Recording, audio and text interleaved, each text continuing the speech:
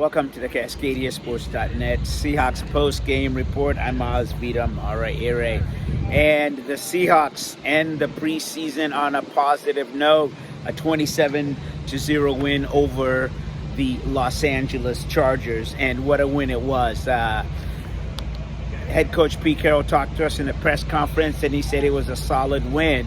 Well, yeah, you blew him out, coach, and that's normally what happens in terms of when, as Pete said, we had a solid performance on defense and offense and on special teams. We'll start on the defensive play. I mean, the tone was set early when the Chargers had the ball on the opening drive. Cody Barton blitzed, sacked Chase Daniel, quarterback for the Chargers, fumble, Marquise Blair picks it up, 7 points for the Seahawks.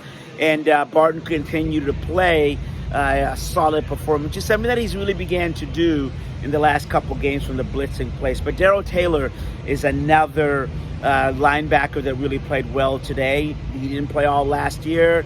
He talked to us in the post game and he said he's ready, and that he's really honed his skill in terms of his ability to be able not only play the Sam linebacker but also the Leo. What's the difference is that now he can cover the pass and not just be a pass rusher as well. That is, cover the receiver. So Taylor gets credited with 1.5 sacks today, and that's solid. The Seahawks are going to need that in terms of that play from the linebackers, and yes, the Hall of Famer to be sat out in terms of Bobby Wagner. But you know what?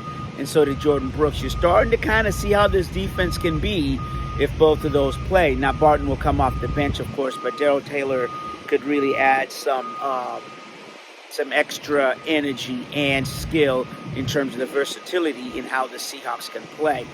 Marquise Blair said he came back. Then, you know, that's another safety that they could really use in the defensive backfield.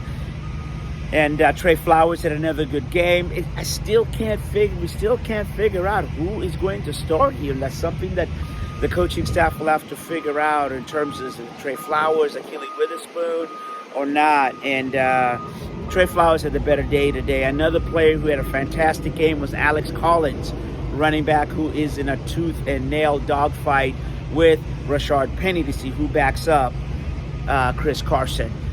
Collins had a solid game, and his numbers were very solid in terms of he had 10 carries for 37 yards in terms of on the ground, and then he also had 5 receptions for and he had a touchdown run. He had 7 receptions and had an incredible 5-yard run over there that also gave the Seahawks the lead.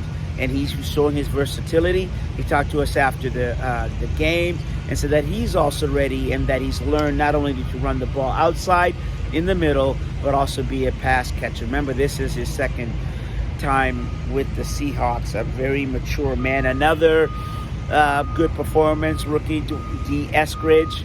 Didn't get a lot of receptions, but he's on the field and he's ready to begin his pro career in terms of, he caught a pass today. He said, hey, look, you know what?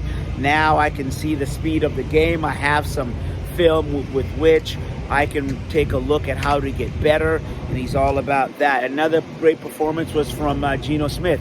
Obviously, he had a concussion in the first game against the Raiders, sat out the game against the Broncos. It showed a difference. It really did. He played in the first half, and Pete said in the post-game, said, we're lucky to have Geno.